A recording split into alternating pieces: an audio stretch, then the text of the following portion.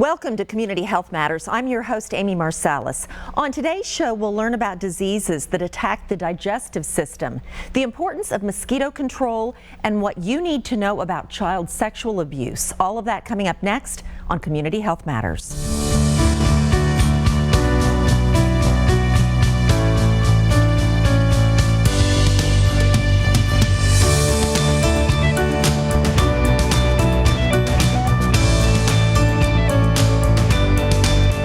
From the News Channel 5 network, this is Community Health Matters, sponsored by the United Health Foundation.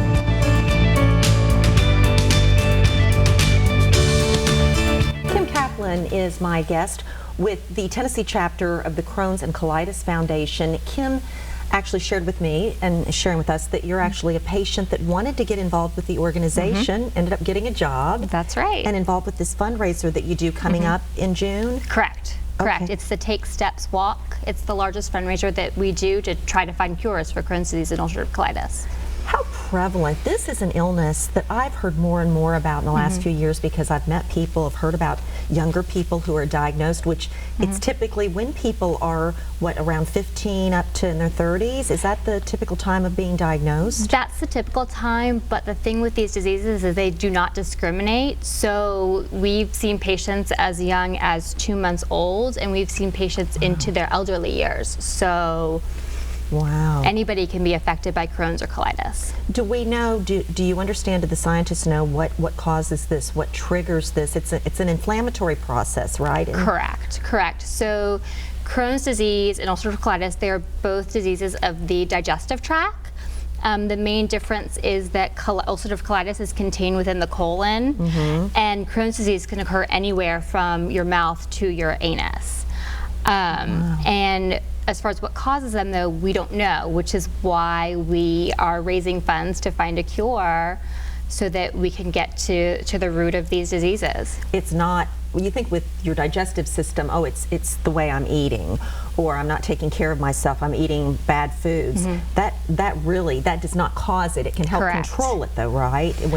There's a thought, yes, that changing your diet may help to control the disease, but because we don't know what causes it, we don't really know. There's medications that can control it, but as far as if you eliminate a certain food or things of that nature, we don't know yet. Do we see this, does the community see this that studies it, and gastroenterologists, does it run in families? Is it are you genetically predisposed?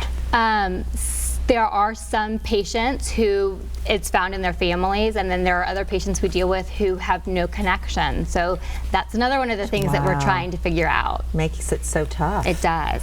So what are the symptoms? I know it's a very difficult illness to live with. It is. Abdominal pain, severe abdominal pain, rectal bleeding, frequent diarrhea, extreme fatigue. Those are some of the common external symptoms, and then our patients can have other symptoms too, problems with their eyes, arthritis, so it kind of runs the gamut. With the debilitating fatigue, would that have to do with you're depleted of a lot of vitamins and nutrients because of losing so much of that? And that's part of it, and it's a chronic illness. Your body is trying to fight this illness, so. Okay, so walk me through getting diagnosed, getting to that point. I assume most patients, like yourself, started out with your family doctor and then ended up with a specialist. Is that correct? My family doctor sent me to a gastroenterologist, and then they did a number of tests. One of the most common is a colonoscopy that gastroenterologists will do, where they can actually see inside the colon and the small bowel, and they're able to see what's going on, if there's inflammation, if there's ulcers. And then they can take biopsies, and those biopsies are then looked at to determine whether a patient has the disease. Okay, so once they identify you as having Crohn's, colitis, how do they treat that then? What are some of the modalities for treating? So there are a number of good drugs available. We're fortunate that we've been able to do the research. Crohn's and Colitis Foundation is able to do the research, and we've been a part of coming up with a number of drugs to help treat the disease. There's what are called biologic drugs, which I think is the most common that patients are treated with now. And so the hope is that the physician finds a treatment that works for the patient, and they're on that, and that keeps them stable. Has that really helped you as well, those kind of medicines? They have. They have. Good, great. I'm reading here in some of the notes about 23 to 45% of people with ulcerative colitis will eventually, with Crohn's disease and ulcerative colitis, 75% of people with those will eventually require surgical intervention for their disease. So what would they do surgically? I guess it depends really on how severe the disease is. They can resect portions of the bowel, whether it be the small or the large bowel. They can resect portions and remove those portions of the disease. And then some patients, like myself, end up having to get an ostomy because they don't have any other option, and they have to have, in my case, I had my whole colon removed in order to be able to survive and continue to battle this disease. Wow, you've been through a lot. I have You've been. really been through a lot. I have so been. You know what you're speaking about. Wow. If these symptoms sound familiar to somebody listening, somebody watching us today, what should they do? Is there a resource, your organization, obviously? Right. Well, first and foremost, talk to your doctor.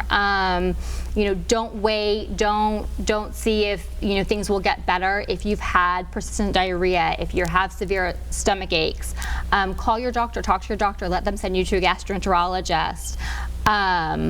And then our website is always a great resource, ccfa.org.